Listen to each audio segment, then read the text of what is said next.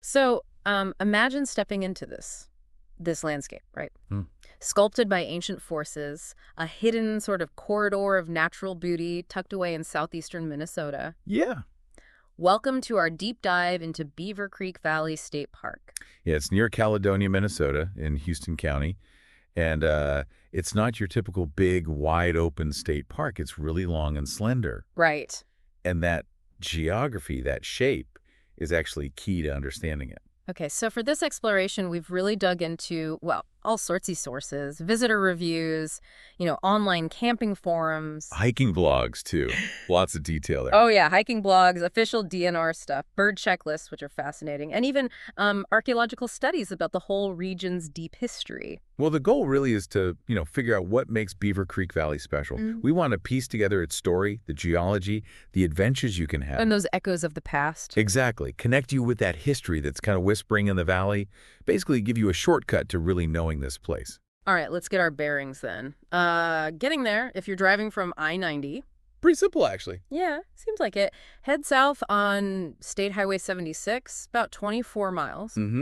Then hang right west onto Houston County 1 for another 4 miles. That takes you right to the park entrance. And for the GPS folks, the address is 15954 County 1, Caledonia, Minnesota, 55921. Coordinates, too, if you like those. 43.64 north, roughly, and 91.58 west. Good to have. And drive times are useful for planning. La Crosse is super close. Yeah, only about 35 minutes. Wow.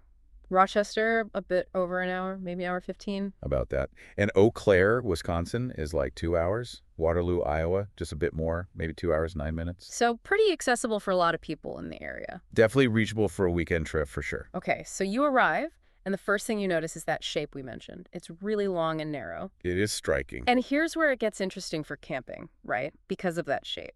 Yeah, the way the campsites are laid out along the valley, it often creates this unexpected feeling of privacy, more than you might get in a wider park. That makes sense. And the heart of it all, flowing right through, is Beaver Creek itself.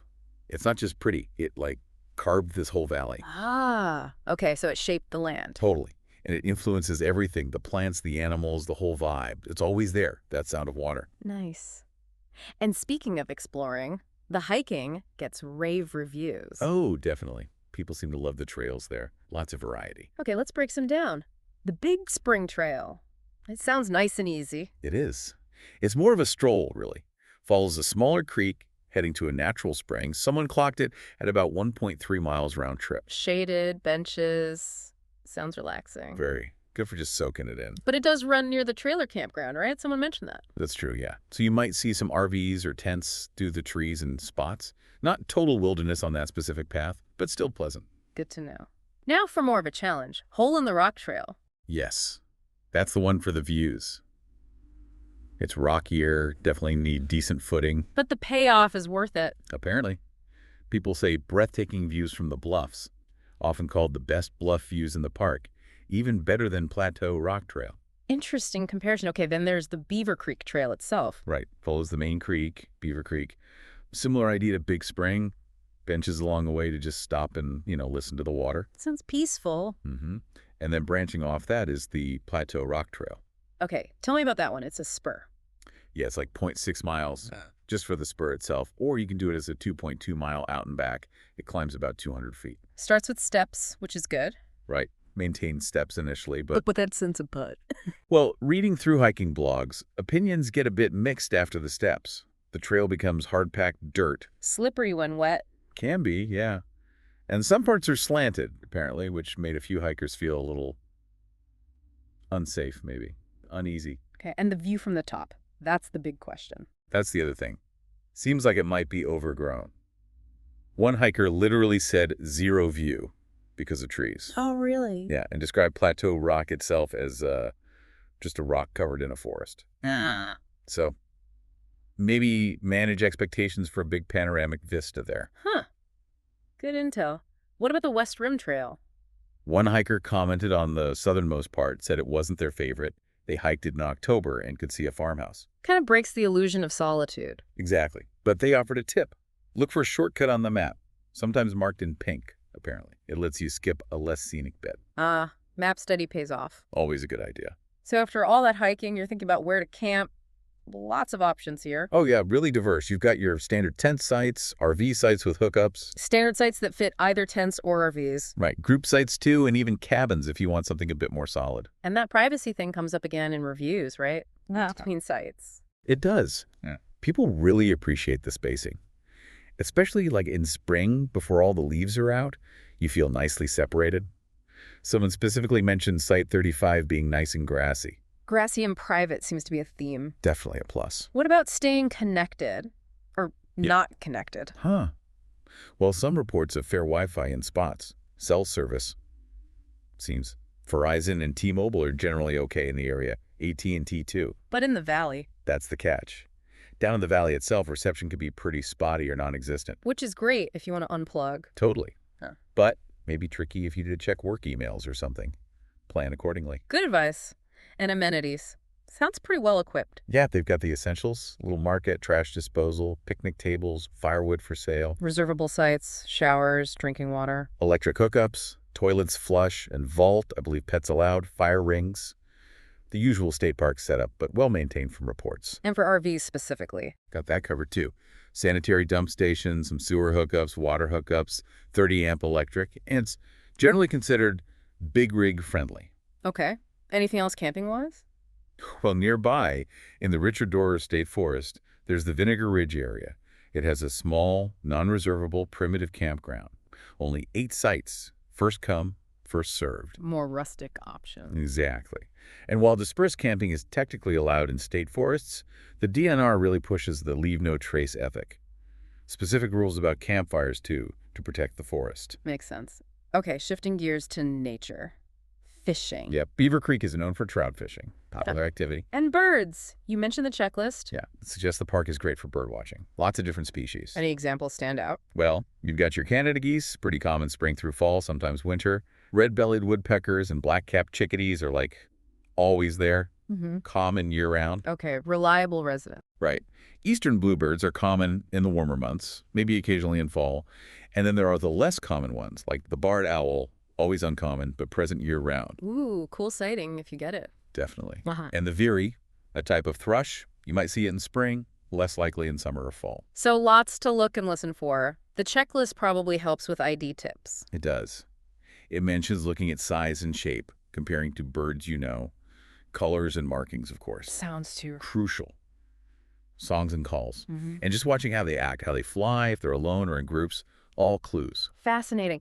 Okay, let's go. Way back. Ancient history.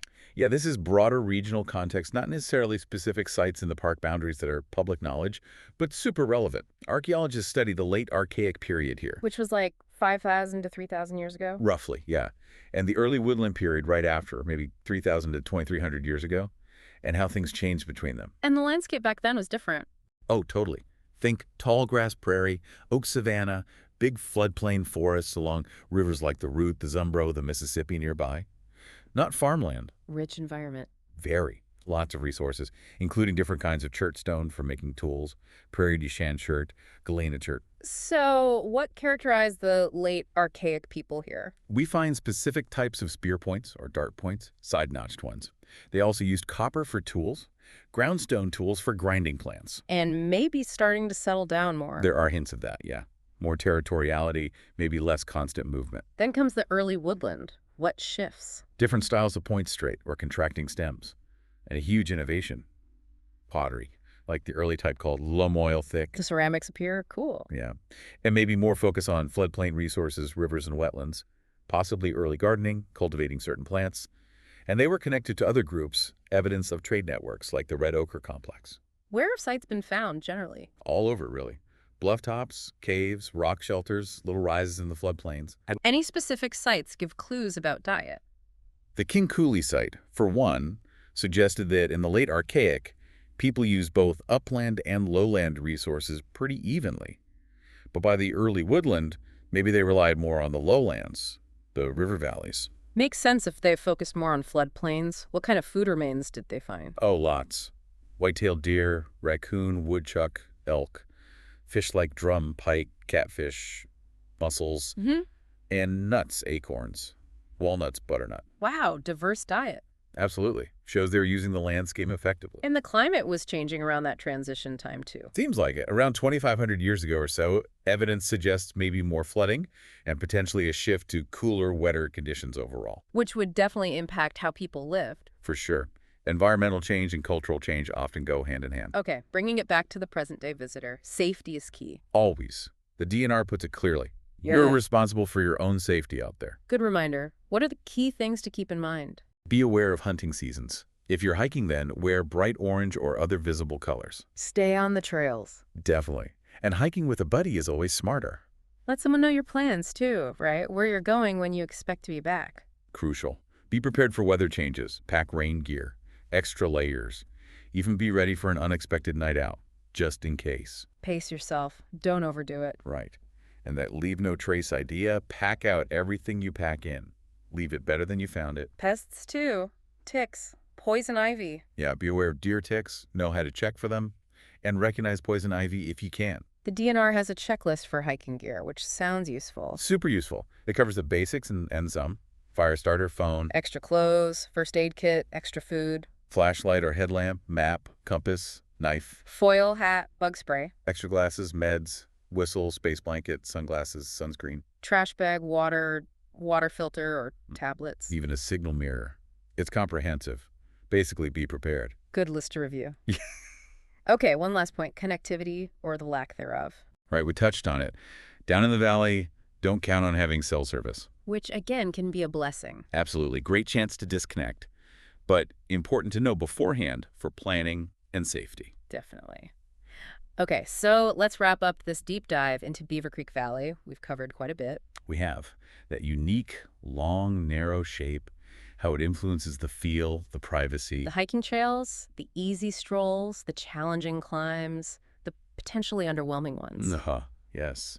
The camping options, the amenities, the bird life. Trout fishing. Right. And then connecting it all back to that much deeper human history in the region, the archaic and woodland periods. It really feels like a place with layers, doesn't it? It does. It's a great spot for anyone who's curious, who likes to learn while they explore.